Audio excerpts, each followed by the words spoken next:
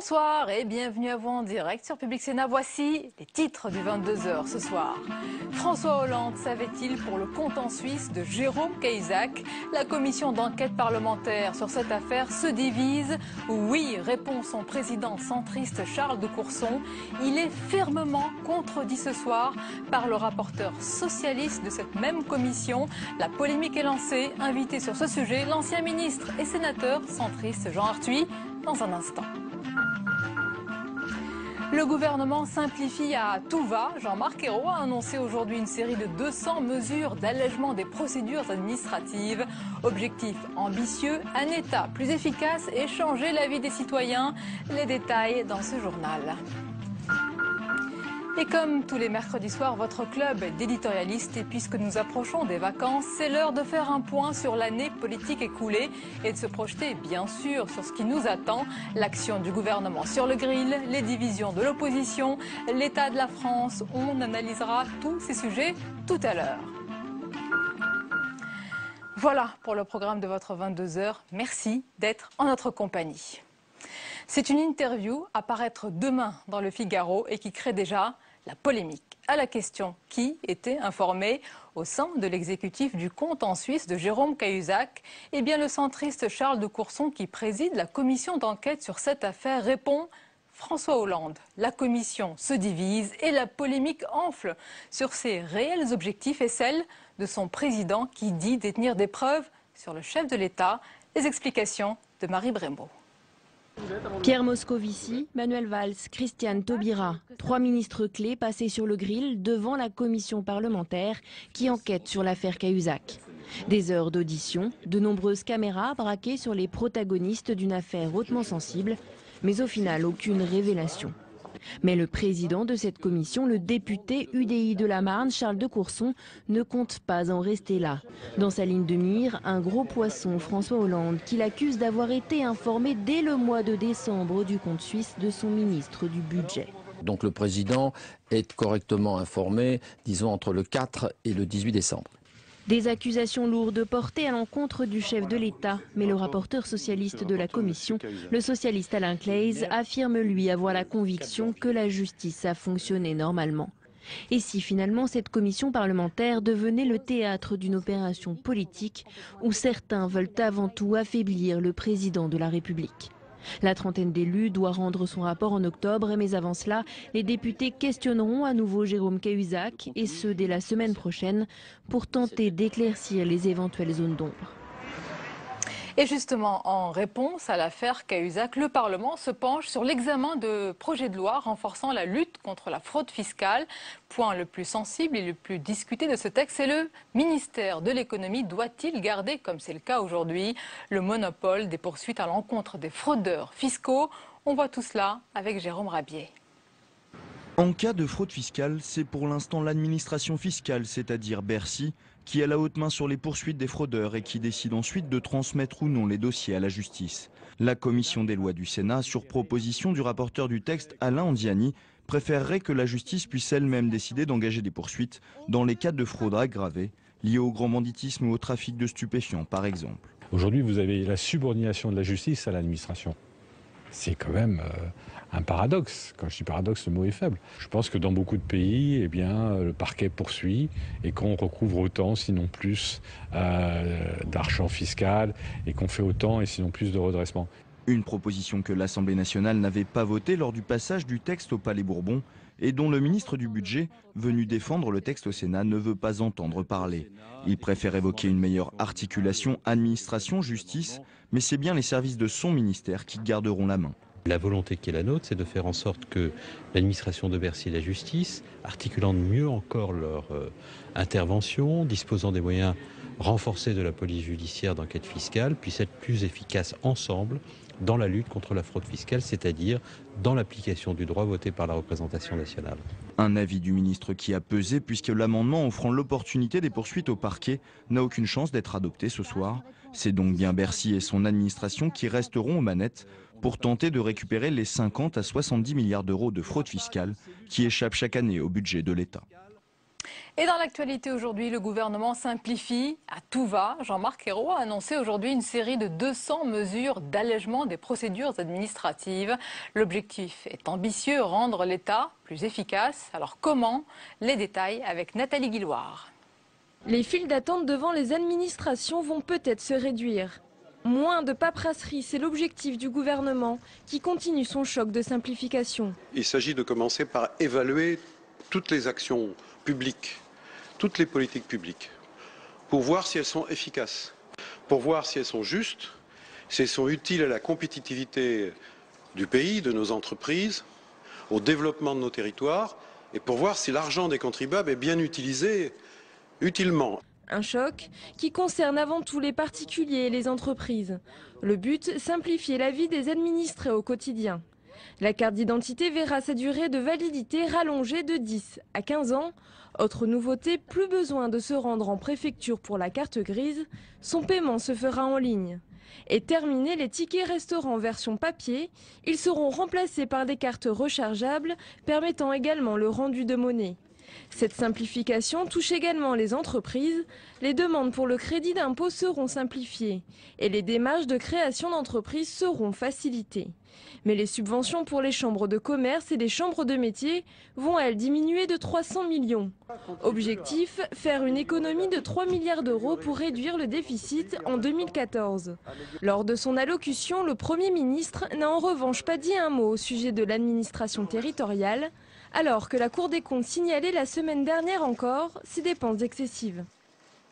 Invité politique du 22h ce soir, il est ancien ministre de l'économie et sénateur centriste UDI. Jean Arthuis, bonsoir. Bonsoir. Et bienvenue à vous. Alors nous allons évoquer ensemble la lutte contre la fraude fiscale en examen au Sénat. Mais d'abord, l'actualité, et c'est lié d'ailleurs, ce sont les auditions de la commission d'enquête parlementaire sur l'affaire Cahuzac. Vous avez suivi, tout comme le public, ces auditions, celles de Jérôme Cahuzac, puis les ministres, hier, Valls, Taubira et Moscovici. Est-ce que vous estimez, Jean Arthuis, que cette commission, menée par le centriste comme vous, Charles de Courson, a permis à ce stade de déceler le moindre dysfonctionnement de l'État dans cette affaire? Je crois que cette commission, ces auditions ont permis de révéler que le président de la République, François Hollande, a eu connaissance des soupçons qui pesaient sur Jérôme Cahuzac dès le mois de décembre.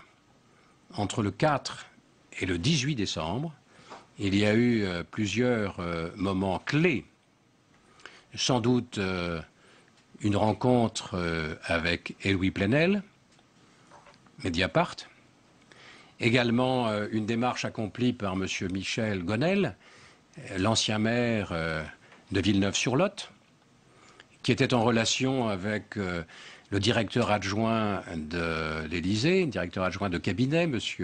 Zabulon, qui n'a pas pu rester silencieux et qui a dû informer le président de la République. Oui, et puis l'avocat, M. Mignard, l'avocat de Mediapart. Sur les déclarations de certains protagonistes, mais reconnaissez qu'il n'est rien ressorti de répréhensible des auditions des ministres. Et non, pourtant... la seule chose qui paraît évidente, c'est que François Hollande était au courant dès le mois de décembre. Pourquoi cela vous paraît-il si évident, comme d'ailleurs Charles de Courson? D'abord, il y a eu le 16 janvier un feu vert donné par François Hollande pour solliciter les autorités suisses et savoir s'il y avait ou non un compte chez UBS au nom de Jérôme Cahuzac. En fait, il y avait une petite tartufferie puisque le compte était dans un paquet plus global au nom de l'intermédiaire Relt. Certes, mais vous vous appuyez encore sur des suppositions. Ce qui est étonnant, Jean Arthuis, vous qui connaissez si bien le fonctionnement du Parlement et de ses commissions d'enquête, c'est que le président de Courson, il s'est prononcé sur François Hollande avant même la remise du rapport qui est prévue en octobre prochain. Est-ce que ce n'est pas là son intime conviction, bien depuis le début, avant même les auditions? Je connais bien Charles de Courson, qui est un vrai et tenace parlementaire. Et donc, s'il s'est exprimé ainsi, c'est qu'il a acquis des convictions. Donc on doit le croire sur parole. On doit attendre les preuves. Ça n'est pas simple de conduire même si le rapporteur une commission de la d'enquête commission lorsque la justice est saisie. Exactement le contraire. Puisque la justice a été saisie le 8 janvier, le parquet a été saisi. Et ce qui est très étonnant, c'est que le parquet étant saisi, le gouvernement et effectué cette démarche auprès des autorités suisses, la cohérence est approximative. Et ce qui est encore plus étonnant, c'est que les autorités suisses aient répondu en une semaine, alors que les demandes chaque année sont très nombreuses, plusieurs centaines. Oui, il y a peut-être des ambiguïtés, mais les réponses sont relativement peu nombreuses, 10%, et une infime partie d'entre elles sont exploitables. Je reviens sur le fonctionnement d'une enquête parlementaire, de la commission d'enquête parlementaire. Avant même que le rapport soit rendu, est-ce qu'un président d'une commission d'enquête peut s'exprimer ainsi? On voit bien qu'on est à la limite, mais vous-même, vous passez votre temps à essayer d'anticiper. Je ne suis pas à la place du président de Courson. Précéder l'information. Il est allé un peu trop vite, peut-être? Non, je ne crois pas. Je crois que si vraiment il s'est exprimé ainsi, c'est parce qu'il a acquis des convictions. Qui ne sont pas les mêmes que celles du rapporteur socialiste de la même commission. L'opinion publique jugera. Est-ce qu'il ne prend pas, puisque vous le connaissez bien, Charles de Courson, est-ce qu'il ne prend pas son rôle de père la morale, pardonnez-moi, qui lave plus blanc que blanc, parfois un peu trop au sérieux dans sa manière d'interroger? Vous l'avez vu, de bousculer, comme si tout le monde était coupable face à lui. Est-ce que ce sont des méthodes qui vous paraissent totalement... J'avoue que je n'ai pas, vous n'avez pas remarqué suivi ça les auditions et le mode opératoire.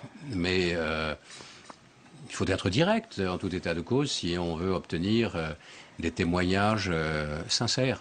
Quel est le but de cette commission? La vérité, rien que la vérité? D'éclairer le Parlement et d'éclairer la nation. Rien d'autre? Je ne crois pas. Non, je ne crois pas. Je ne crois pas. Il s'agit de lever un doute.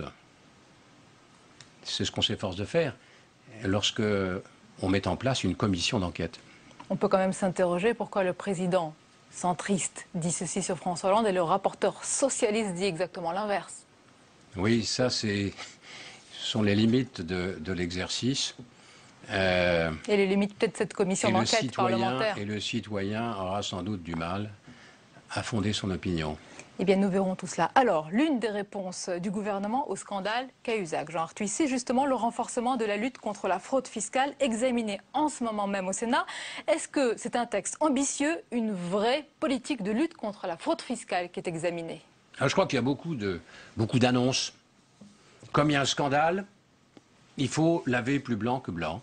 Oui. Mais il faut se demander si le résultat sera à la hauteur des espérances. D'abord, on va dire qu'il y a 40, 50, 60 milliards de fraude fiscale.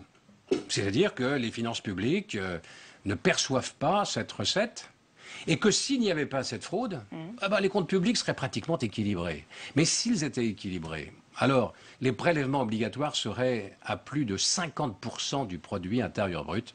Et là, très franchement, le record absolu serait décerné pour la France. Mais réfléchissons un instant. Pourquoi y a-t-il de la fraude fiscale? Pourquoi y a-t-il de l'optimisation fiscale? D'abord et avant tout, parce qu'il y a des prélèvements obligatoires tout à fait excessifs. Non, on ne va pas expliquer cela par cela. Que les entreprises... On ne va pas expliquer qu'il y a une délinquance fiscale parce qu'il y a trop d'impôts. Que les entreprises, c'est pas si simple. Bon, je me souviens d'une époque, c'était en 92. J'étais rapporteur général du budget au Sénat. Et dans une loi de finances rectificative, au mois de décembre, juste avant Noël, il y avait un article pour légaliser des opérations de repackaging, comme disaient les financiers de l'époque, dans les îles Caïmans, pour des sociétés contrôlées par l'État, au profit d'entreprises contrôlées par l'État. Vous dites que parce qu'il y a trop d'impôts, la limite entre l'optimisation fiscale et puis la délinquance fiscale ou la fraude fiscale est très ténue. Eh bien, c'est pas si simple. Et lorsque la fiscalité est à ce point compliquée, complexe, difficilement lisible, qu'on a multiplié à l'envi au fil des années, le Parlement a sa part de responsabilité. Et les parlementaires de la Nous avons notre part de responsabilité. Exonération, dérogation, crédit d'impôt, niche fiscale. Tout cela constitue des boulevards. Mais voilà, le choc de simplification arrive. Oui, eh bien j'attends le gouvernement sur ce chapitre précisément. Comment simplifier? Comment rendre la fiscalité lisible, compréhensible et prévisible surtout? Nous sommes dans un monde ouvert. Et sur le plan européen, je suis impatient qu'il y ait une vraie convergence des États membres de l'Union européenne pour lutter contre la fraude fiscale. Vous êtes impatient, ça risque d'être un peu long. Et que l'on commence déjà par faire disparaître les paradis fiscaux qui sont au sein même de l'Union européenne. Et que l'Europe, comme le font si bien les États-Unis, ait un dispositif pour lutter contre ces évasions que l'Europe a beaucoup de mal à conduire. Oserais-je dire qu'il y a un dumping, une concurrence entre les États membres de l'Union européenne? Oui, je voulais terminer en vous demandant votre avis sur les lanceurs d'alerte. En tous les cas, c'est ainsi qu'ils se désignent. Il y a Pierre Condamin-Gerbier, ex-cadre de la Banque Rail. Il y a Hervé Falciani, ex-cadre de la Banque HSBC, auditionné d'ailleurs hier au Sénat. Tous deux ont révélé des secrets sur les évadés fiscaux. Est-ce que ce sont, selon vous, des chevaliers blancs, des vengeurs masqués ou des délinquants coupables d'espionnage économique? Je n'avais pas d'opinion sur les individus que je ne connais pas. Et je ne sais pas quel est leur parcours personnel. Je ne suis pas sûr qu'ils aient été blanc-bleu à tous égards. La seule chose, c'est que lorsque l'administration a connaissance d'une information qui accrédite l'idée qu'il y a sans doute une fraude, il est du devoir de l'État, de l'administration fiscale, de procéder aux diligences nécessaires. Merci beaucoup, Jean Arthuis, d'avoir été notre invité ce soir. Merci à vous. La suite du 22h dans un instant, place à notre club d'éditorialistes. Et pour la dernière de cette saison, nous allons faire un bilan de l'année écoulée pour l'opposition et le gouvernement. On commence avec l'action du couple exécutif Hollande-Ayrault sous le regard de notre journaliste Marie Brémaud. Il court après les chiffres et l'inversion de la tendance. François Hollande, à la tête d'un navire qui chavire, se refuse à tout constat d'échec. Aux chiffres moroses, à une croissance au ralenti, à un chômage record, Hollande, l'optimiste, annonce des jours meilleurs. Toutes nos forces seront tendues vers un seul but, inverser la courbe du chômage d'ici 1 an. Nous devrons y parvenir coûte que coûte. Des vœux pour remonter le moral en berne des Français. L'exécutif se veut sur tous les fronts et affiche une mobilisation totale vers un objectif économique ambitieux. Mais face aux annonces, le scepticisme est de mise. C'est un pari risqué en tous les cas. Quand on a une croissance proche de zéro, le chômage augmente. Il y a un effet quasi mécanique puisque l'activité n'est pas là. Peu importe la crédulité et la méfiance, le président en conquérant sort l'artillerie lourde. C'est la séquence boîte à outils. Emploi d'avenir, contrat génération, accord flexi-sécurité pour réformer le marché du travail ou encore un crédit d'impôt compétitivité emploi pour faire baisser le coût du travail. Et même si les résultats se font attendre, François Hollande y croit. À la fin de l'année, nous serons dans une baisse du nombre de chômeurs. Est-ce que c'est un vœu? Non, ce n'est pas non plus un pronostic. C'est un engagement et une bataille. Peu importe les chiffres du nombre de demandeurs d'emploi, en mars, c'est un nouveau record historique inégalé depuis 1997. En France, on compte désormais 3 224 000 chômeurs. Les experts sont unanimes, l'objectif fixé par le chef de l'État est chimérique. Même si l'on prend les perspectives du gouvernement, qui sont des perspectives optimistes, le chômage, en tout cas, ne pourrait pas s'inverser avec les forces du marché. Qu'ils soient devant des patrons, des salariés, des chômeurs, des journalistes ou l'ensemble des Français, la rengaine ne varie pas. Un engagement, inverser durablement la courbe du chômage, pas 1 mois, pas 2 mois, durablement la courbe du chômage à la fin de l'année. De plus en plus optimiste, le week-end dernier encore, comme si la méthode Coué pouvait conjurer le sort. La reprise, elle est là. Réenchanter le rêve français, c'était le projet du candidat Hollande. Mais à trop rêver, le président pourrait se heurter à la réalité.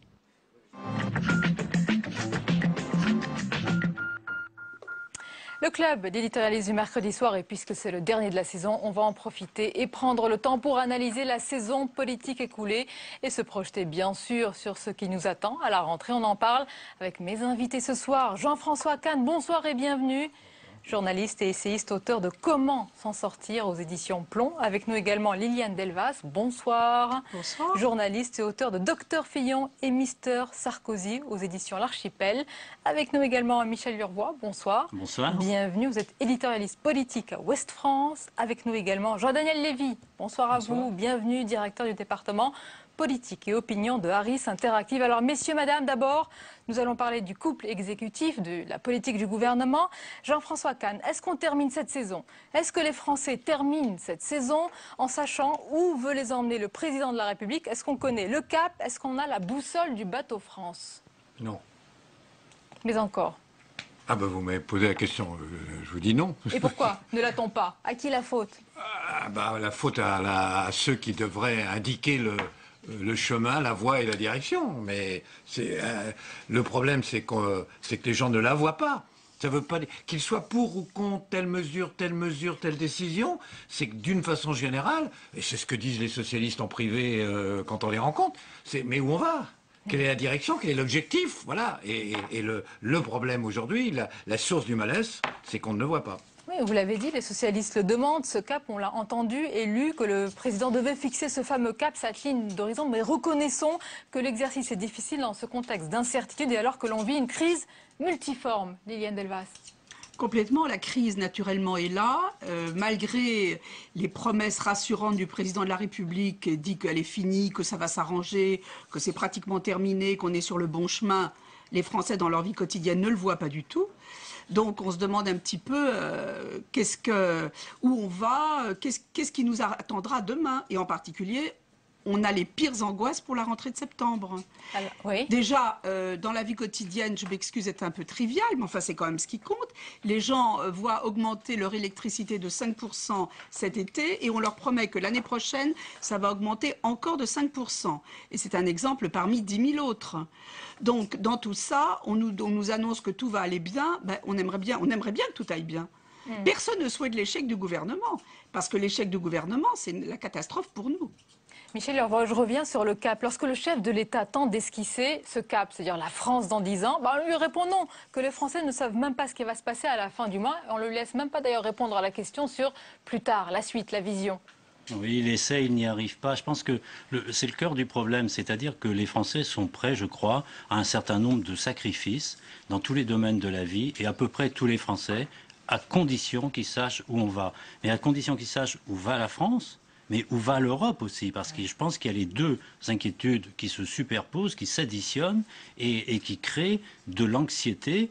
Et voilà, et c'est pas le retour de la croissance que François Hollande répète comme une incantation quasi mystique qui fait que les choses vont changer dans l'esprit des Français. C'est pas un 0,2% de croissance en plus qui va faire rêver, à supposer même si c'était davantage, je veux dire, il faut encore qu'ils nous disent quelle France il veut.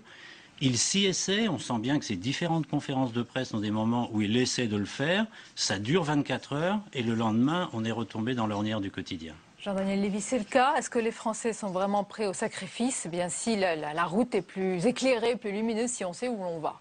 En tout cas, ils ont indéniablement voté en ayant à l'esprit qu'il y aurait la réduction de la dette et la réduction des déficits qui seraient au centre de l'action politique, mais pas dans n'importe quelle direction, avec la perception qu'au final, il y aurait la sauvegarde du modèle social auquel les Français sont profondément attachés et que les différents systèmes de solidarité pourraient perdurer du fait, justement, d'une France qui pourrait atteindre la promesse qui serait la promesse de la République. Et les déficits qu'on a pu voir et les conséquences pour les individus, en Grèce, en Italie, en Espagne, au Portugal notamment, ont marqué de manière assez forte les Français. Il y a eu la perception sur laquelle peut-être qu'à un moment, l'État ne pourrait pas véritablement mettre en place les systèmes de solidarité qui seraient ceux qui devraient être dévolus d'une manière générale à la puissance publique. Le problème, entre guillemets, qui se pose aujourd'hui, c'est une interrogation autour de François Hollande, une interrogation autour de qui est-il véritablement?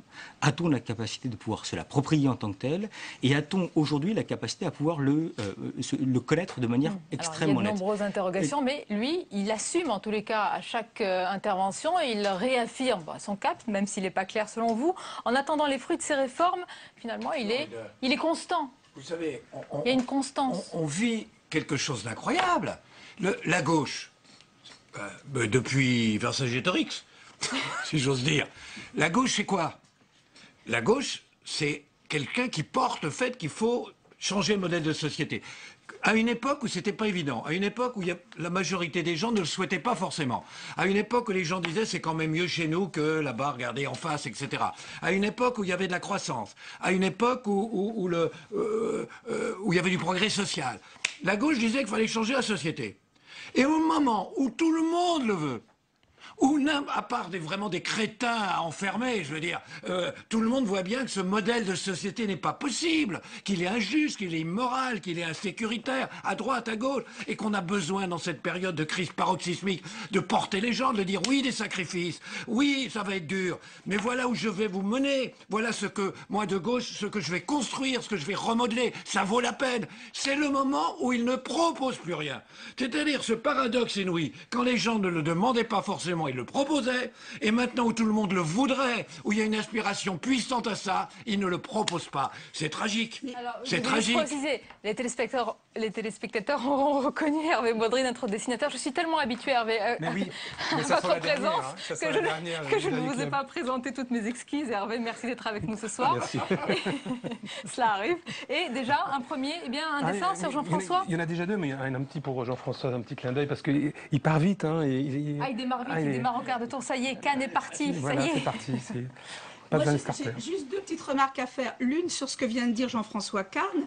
Je ne voudrais pas faire de la psychanalyse de Café du Commerce, mais est-ce que le fait que Hollande ne propose plus rien de nouveau alors que tout le monde le souhaite ne vient pas du fait qu'il est tout simplement, lui, parfaitement intégré dans cette société, parfaitement intégré dans ce modèle de société. Il y est comme un poisson dans l'eau, mais il n'a pas du tout envie que ça change. Il est très bien, Hollande, il est parfaitement, il a tout fait comme il faut, jusqu'à être président de la République, c'est quand même pas mal comme réussite. Donc, il n'a pas du tout envie de changer quoi que ce soit. Et puis, excusez-moi, je voudrais juste encore ajouter une chose à ce qu'avait dit tout à l'heure notre ami Michel. Effectivement, je crois qu'un des gros problèmes que nous avons dans l'espèce d'insécurité et d'angoisse qui étreint les Français, c'est pas seulement la France, c'est le sort de l'Europe. Parce que depuis quelques années, depuis qu'il y a une vraie crise européenne, la Grèce, le Portugal, on n'a pas arrêté de nous dire l'euro ne va pas pouvoir continuer, l'Europe va s'écrouler. Alors, il y a des tas de gens qui en ont fait leur miel et qui en ont naturellement rajouté. Mais du coup, ça a donné un peu l'impression que l'Europe il suffit de pas grand-chose pour qu'elle explose. Donc, reconstruire une Europe qui est naturellement indispensable, ça me paraît très important. Je crois qu'il y a un tort et une erreur de la part de François Hollande. Il a considéré qu'il suffisait d'appliquer son programme présidentiel, ses 60 propositions, pour que les choses marchent et pour qu'il ait fait son boulot. Or, on s'aperçoit que ce qu'il a fait de plus fondamental, en fait, jusqu'à présent, ce qui a été le plus significatif dans son comportement et son adaptation à la crise, ça a été des choses qui n'étaient pas prévues dans son programme et qu'il a été obligé de faire. C'est notamment le fameux crédit d'impôt, les 20 milliards, qui sont à l'opposé de son projet. Et la deuxième chose que je voulais dire, c'est qu'il est quand même un peu pris à contre-pied par les événements, je pense pour les avoir sous-estimés. Et la méthode qui est employée est, en tout cas dans un premier temps, assez contre-productive. C'est-à-dire qu'il y a urgence à régler un certain nombre de problèmes, de déficit, de budget, etc. Et la méthode retenue est une méthode lente. On voit bien encore aujourd'hui, avec Jean-Marc Ayrault et ses annonces concernant la simplification de la vie quotidienne. C'est pour aller plus vite. Hein. Et ça pourrait aller plus vite. Oui. Donc, alors, en tout cas, il faudrait que ça aille plus vite. Sur sa méthode, il y a les sondages en berne, il y a les critiques aussi sur sa personne. Mais si la courbe du chômage s'inverse, si l'hémorragie de destruction d'emplois s'arrête, eh bien, tous les sceptiques, tous les pessimistes, tous les Nostradamus de l'économie auraient eu tort et lui aurait eu raison. Il aurait eu raison d'un point de vue statistique, mais ça ne voudra pas dire... Alors d'abord, il y aura le traitement social, c'est connu. Il y a l'effet démographique dont personne ne parle, mais qui fait qu'il y a progressivement moins d'entrées sur le marché du travail et plus de sorties pour des raisons d'âge, donc de démographie. On ne dit pas ça, on ne dit jamais ça. Donc je pense que mécaniquement, arithmétiquement, dans les mois qui viennent, effectivement, il peut donner l'impression de tenir son objectif. Ça ne voudra pas dire que la France est redevenue compétitive, tout restera à faire. Cette embellie soit purement statistique. Les Français vivent ce drame évidemment dans leur chair. Ils n'attendent l'inflexion d'une courbe, ils n'attendent pas l'inflexion d'une courbe, mais le concret dans leur vie réelle. Et le concret, et les perspectives, et puis également la capacité de pouvoir s'approprier le président de la République. Ce qui est le plus troublant. Le président de la République. Depuis tout à l'heure, vous le répétez, je n'arrive pas à m'imaginer. C'est un peu comme, en gros, un chercheur devant un ornithorynque. C'est-à-dire qu'il regarde un animal qui est un animal qui, aujourd'hui, n'apparaît pas comme étant extrêmement... C'est balèze, ça. C'est peut-être pas facile à dessiner, mais en tout cas, c'est une personnalité qui existe en tant que telle, qui a un passé, qui a une existence aujourd'hui, mais dont dont on ne perçoit pas avec force aujourd'hui ce qui peut la mouvoir et ce qui peut l'amener à conduire son action politique. C'est-à-dire qu'aujourd'hui, lorsqu'on interroge les Français en disant voilà ce qui s'est passé, François Hollande est élu président de la République depuis plus de 12 mois, les Français et même les sympathisants de gauche rencontrent des difficultés à pouvoir nous dire ce qui s'est passé au cours de ces 12 derniers mois, quel a été le fil rouge et ce qui a pu être précisément l'action du président de la République et du Premier ministre. Je crois qu'il y a quand même une action qui a été médiatisée et dont on a parlé, c'est le mariage pour tous, qui a quand même été très contesté et qui a divisé la France, il faut le dire d'une façon ou d'une autre. Et c'est de ce qu'il a fait pendant un an la seule chose dont tout le monde se souvient bien. Parce que c'est clair, c'est facile à comprendre. Elle a tout à fait raison, tout le monde se souvient de là. En fait, il a fait des choses positives. Mais on ne sait pas quoi. On ne sait pas quoi. C'est-à-dire, la fin du cumul des mandats, quand même, ça a été voté, c'est un événement considérable. La transparence, c'est un événement considérable. Il y a plein de mots clairs. Mais ils s'y prennent tellement mal que les gens s'en aperçoivent pas et ne se l'approprient pas comme vous dites. Oui. Il faut dire qu'il y a une injustice, enfin une injustice. Moi, personnellement, je suis hostile.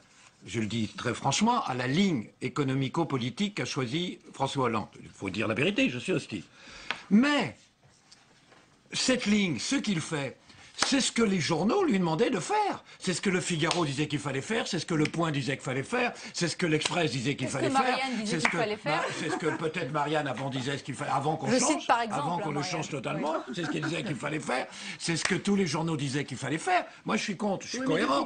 Et depuis qu'il le fait, il lui tape dedans toutes les semaines. Il faut dire aussi, il faut parler des médias. L'incohérence des médias, c'est que dans ce pays, c'est quand même quelque chose d'incroyable. Après, ils se sont couchés devant Sarkozy et maintenant, un mec fait la politique qu'ils veulent, qu'ils exigent, qu'ils lui ont dicté, et ils lui rentrent dans le chou. C'est quand même formidable. Vous avez la réponse. Ils ne le font pas, ils vantent pas, malheureusement. Ah ben je sais pas pourquoi, mais et quand on leur dit, ils le reconnaissent en plus. Mais ils disent oui, et ils disent ça d'ailleurs. Ils disent oui, mais si on dit que c'est bien, ça va pas.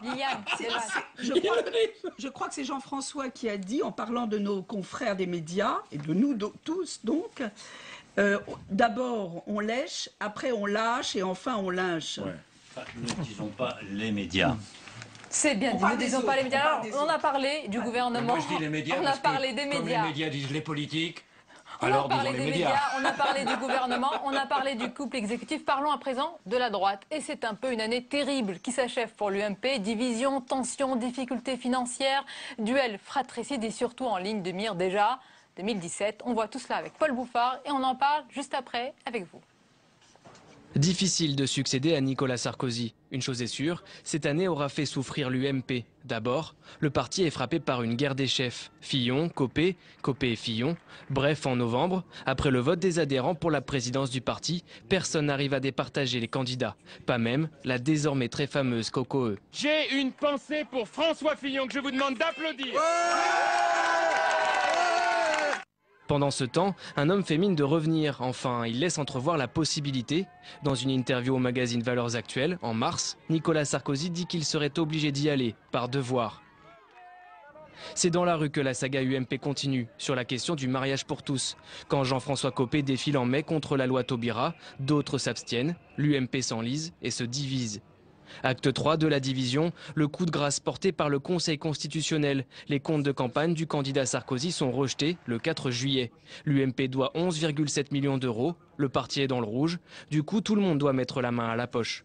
J'appelle les militantes et les militants qui, depuis tant d'années, s'engagent sur le terrain, au milieu des Français, pour promouvoir les valeurs qui sont les nôtres.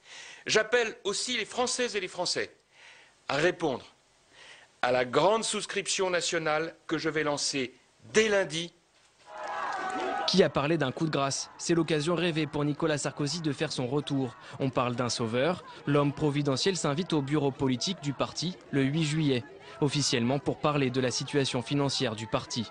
Il est toujours le meilleur. Acte 4, il viendra de la Grande Motte et d'un homme plutôt discret ces derniers temps. Je ne lie pas l'avenir de l'UMP à un homme. Le temps de l'opposition est fait pour débattre, il est fait pour réfléchir, il est fait pour susciter de nouveaux talents, il est fait pour faire des bilans, il est fait pour élaborer un projet nouveau. Et pour ce faire, l'UMP ne peut pas vivre immobile, congelé, au garde à vous, dans l'attente d'un homme providentiel.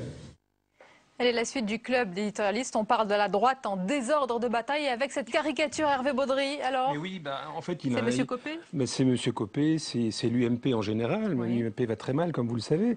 Et j'ai appris que le PC voulait donner 1 euro symbolique, je crois. Symbolique, oui. Donc, je pense que notre cher président, un petit tweet, ça coûte pas cher. Ça lui a coûté 2 fois plus cher. Il a du mal à le recueillir. Exactement. C'est le comble. Alors, ce qui a relevé quand même pour l'UMP, Michel Roy, c'est que l'opposition, l'UMP, ne bénéficie pas ou peu de l'année difficile du gouvernement et de François Hollande. Ils ont eu aussi leur même année terrible. Oui, pour cause. Pas de bénéfice. Tout est suspendu à la décision de Nicolas Sarkozy de revenir ou de ne pas revenir. Donc ça peut durer longtemps, cette histoire. Et pendant ce temps, on n'analyse pas les raisons de l'échec à la présidentielle. On ne reconstruit pas un projet. On n'a pas de candidats en train d'incarner ce projet. Donc on va passer son temps à se diviser. Et les Français n'aiment pas ça. Je pense que l'électorat de droite n'aime pas ça. Et par conséquent, ça ne leur profite pas, effectivement. C'est le cas, Jean-Daniel Lévy. Ils sont congelés à l'UMP, pour reprendre l'expression d'ailleurs de François Fillon. C'est peut-être difficile pour certaines personnalités qui espéraient, à la suite notamment des difficultés qu'a rencontré l'UMP à pouvoir désigner son président, à pouvoir sortir. On peut penser par exemple à Laurent Wauquiez qui s'était pensé un destin présidentiel et qui a rencontré des difficultés. Mais malgré tout, lorsqu'on regarde aujourd'hui, le nombre de sympathisants UMP dans l'opinion n'a pas considérablement évolué. Lorsqu'on regarde, il y a eu 3 législatives partielles qui se sont déroulées après le conflit entre Jean-François Copé et François Fillon, qui ont été remportées par l'UMP, dont une circonscription qui a été reconquise, des élections qui, d'une manière générale, sont remportées par l'UMP, même Pierre Bédier récemment, on s'en rappelle, dans le cadre d'une élection cantonale. Donc, une difficulté à pouvoir avoir une incarnation politique qui est relativement forte, mais en même temps, dès qu'il y a des mobilisations qui sont des mobilisations électorales, voire des mobilisations qui sont des mobilisations dans la rue, on peut penser aux mobilisations de ceux qui étaient contre le mariage pour tous, qui ont entraîné, malgré tout, de manière identitaire, une forme de force de la droite et de l'UMP dans la cité française. On va voir la caricature qui évoque l'hibernatus. En 2007, je me décongèle. Oui, il va se décongeler. De qui s'agit-il? On pourrait croire que c'est Nicolas Sarkozy, mais il a intérêt à faire attention, parce qu'ici, il va dans son congélateur, il pourrait très bien se faire enfermer par François Fillon, Jean-François... C'est pas par tout le monde. C'est la fin de l'année. Hein. Mais justement, à droite, Jean-François Kahn. À droite, le duel d'avenir, c'est François Fillon, Nicolas Sarkozy, déjà, en pointillé. Oui. J'en sais rien, moi. Après le vrai faux retour de Nicolas Sarkozy à l'UMP, il y a eu la réponse ou l'assaut de François Fillon qui a écarté à la grande main toute idée d'enjamber la primaire, écarté toute idée d'homme providentiel. Bref, c'est un duel à fleuret non moucheté. Mais c'est pas ça. S'il y avait une élection aujourd'hui, la droite est majoritaire dans le pays. C'est comme ça. Je pense s'il y avait une élection aujourd'hui présidentielle et que Fillon était candidat, il serait élu contre Hollande. Ça veut pas dire dans. Mais ce que je trouve terrible, c'est le choix devant lequel éventuellement seront placés les Français. Comme vous l'avez pu le deviner dans tout ce qu'on a dit, on ne peut pas dire que je souhaite que Hollande se représente et soit réélu. Je ne pense pas que ça serait bon pour le pays. En tant que patriote, je ne le souhaite pas. Mais sincèrement, en tant que patriote, je dis patriote, c'est un mot dévalué, mais quelquefois ça compte, le pays. Est-ce qu'un patriote, un vrai patriote, peut décemment, je dis bien décemment, souhaiter que Sarkozy soit réélu? C'est-à-dire que dans 4 ans, on recommence comme avant, exactement comme avant, sans tirer de leçons, avec les mêmes conséquences. Si on en croit les sondages, il y a beaucoup de gens qui le pensent. J'en sais rien, oui, mais bon. Je veux dire, tout le monde n'est pas patriote. Non, mais tout le monde n'est pas vous, surtout. Je dis si on est patriote, ni l'un ni l'autre. J'ajoute que quand vous voyez, c'est pas la droite, Fillon, c'est une droite civilisée. Quand vous voyez les gens autour de Sarkozy, pourquoi on ne le dit pas, les gens autour de Sarkozy? Non, mais c'est effrayant. C'est un ripou, l'autre c'est un repris de justice, un troisième c'est un néo-pétiniste. Mais quelle bande incroyable. Mais pourquoi on ne dit pas ces choses-là? Pourquoi on n'ose pas? Quand c'est la gauche, on peut le dire, et moi je le dis. Mais pourquoi on peut dire que cette petite bande qui s'est regroupée autour de Sarkozy, pour qui c'est le culte de la personnalité, c'est le dieu, mais c'est une bande effroyable. C'est une bande effrayante. Et on souhaite que la France tombe entre les mains dans 5 ans. Moi je veux ni l'un ni l'autre. En tant que patriote, on ne veut ni l'un ni l'autre. alors pour qui voterez-vous, Jean-François Kahn? Quel est votre homme providentiel? Il n'y a pas d'homme providentiel. Et il a raison. Les hommes providentiels, excusez-moi, c'est assez... on a de mauvais souvenirs des hommes providentiels, donc c'est pas ce qu'on souhaite. On souhaite une démocratie apaisée. Non, mais là où je trouve que Jean-François, excusez-moi, cher ami, exagère un tout petit peu, c'est de dire que c'est une bande épouvantable de bandits et de voyous de grand chemin. D'abord... De Sarkozy, j'ai dit. De Sarkozy, j'ai bien compris. Non, j'ai bien compris. Et ensuite, bon, il y a une espèce de dévotion au chef, ça je vous l'accorde volontiers. Mais quand vous dites Sarkozy, on va le retrouver dans 4 ans, comme il est parti, avec le même... Ça, non, je pense que même s'il revenait au pouvoir, et je ne dis pas pour autant que je le souhaite, je pense qu'il a changé, il aura quand même pris quelques années. J'en suis pas persuadée, je pense qu'il a quand même compris qu'il a échoué la première fois. Donc on ne le retrouve... Si on le retrouvait, ça serait pas... L'histoire ne repasse jamais les plats. Donc ça ne serait pas dans le même état qu'il est parti. Une question un peu plus générale pour terminer. Selon vous, qui a profité tout au long de cette année, bien de cette saison, de ces bisbilles, de ces divisions, de ces affaires à la fois à droite et à gauche? Qui? Il y a deux camps, si je puis dire, qui en ont profité. C'est le camp de l'abstention. On l'a vu dans les partiels, pardon Jean-Daniel, mais la droite a peut-être gagné, surtout la gauche, m'en semble-t-il, qui a perdu. Et l'abstention... La droite est restée mobilisée. Et est restée mobilisée, voilà. Voilà. Non, mais il y a... Excusez-moi, vous connaissez très bien la réponse. Non, mais moi, ce qui m'étonne... vous connaissez aussi les marées en Bretagne. Quand la marée de la participation descend, on voit affleurer les rochers les plus durs, les plus dangereux. C'est une belle image, je crois que c'est une belle conclusion. Le Front National, etc. Voilà. Je voudrais quand même il y a une poussée Front National. Une petite réflexion. Ce qui m'étonne, c'est que dans la décomposition de la droite et dans les difficultés de la gauche, il y a un parti qui aurait dû triompher et dont on n'entend pas du tout parler, c'est l'UDI de Borloo, qui avait une voix royale et qui est d'une discrétion digne d'une meilleure cause. Et le Front de gauche qui pourrait en profiter, qui n'en profite pas du tout. Jean-Daniel Lévy, vraiment, en un mot. Qui n'en profite pas. On va poursuivre notre débat, je crois, après l'émission. Marine Le Pen est certes sur des thématiques immigration et sécurité, mais aujourd'hui, elle arrive aux yeux des Français à pouvoir décrire le réel, à pouvoir parler d'une forme de réplique ou d'une forme de réplique idéale. Et ce qui fait qu'aujourd'hui, même ceux qui mettent en place une forme de camp républicain n'arrivent pas à contrer la montée du Front National. Ça peut devenir le premier parti de France. Hein. Faut pas, enfin, aux européennes. Vous imaginez le séisme? Elle peut être en tête. Nous en reparlerons puisque ce sont les scrutins à venir, bien sûr. Merci beaucoup d'avoir été nos invités. Merci, messieurs, madame, merci pour votre analyse. Merci Jean-François Kahn, Liliane Delvasse, Michel Leroy et Jean-Daniel Lévy.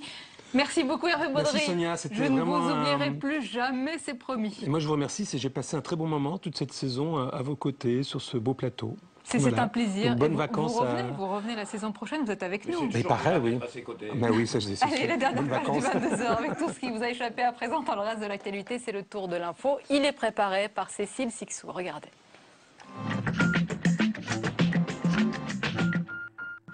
Un mort, 9 blessés dont 3 graves. C'est le bilan d'un accident d'autobus en Guyane. À son bord, des jeunes catholiques de métropole qui devaient participer aux Journées mondiales de la jeunesse au Brésil. L'autocar touché a percuté un camion. Une des passagères, étudiante parisienne en école d'ingénieur, est morte sur le coup. Les jeunes se rendaient à Kourou pour visiter le centre spatial. Pas sûr que l'UMP apprécie le geste des communistes du Rhône. Pour les aider à redresser leur trésorerie, la section PCF d'Oulin a rassemblé 1 euro. Une somme, disent-ils, pas simple à réunir car les militants communistes ont subi la crise de plein fouet et ne travaillent pas dans les entreprises du CAC 40. D'ici la fin du mois, l'UMP doit rassembler 11 millions d'euros pour rembourser la campagne de Nicolas Sarkozy, invalidée par le Conseil constitutionnel. Ils disent non au nouveau gouvernement égyptien. Les partisans du président déchu Mohamed Morsi sont descendus dans les rues du Caire. Cet après-midi, ils étaient plus d'1 millier. Ils rejettent un pouvoir sans islamistes. Nous considérons tout ce qu'ils font comme illégitime. Ils ont enlevé un parlement, un président et une constitution en 1 seconde. Nous allons les déposer dans 1 seconde aussi, comme s'ils n'avaient jamais existé. Hier, les 34 nouveaux ministres ont prêté serment devant le nouveau Premier ministre Azem Beblaoui. Abdel Al-Sisi reste l'homme fort de ce nouveau gouvernement. À la tête de la défense, il est également vice-premier ministre.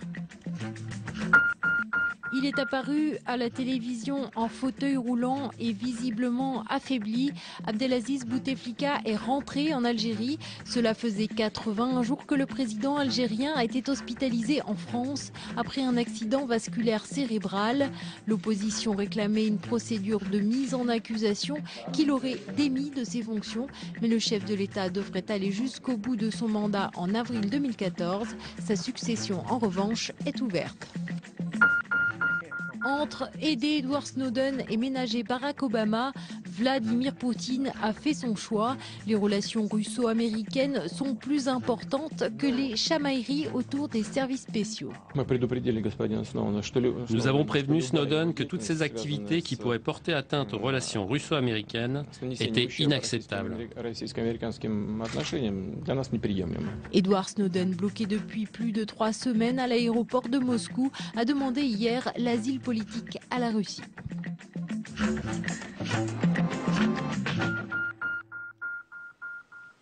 Voilà, et on arrive à la fin de ce journal. On va peut-être terminer, Hervé Baudry, avec une caricature. Oui, j'ai pas résisté en fait après le petit écran pour vous toute la saison. Je vous offre l'écran total. Un spécial cadeau. Voilà, donc formidable. C'est aussi valable sur le bateau. Publixon, oui, ça protège.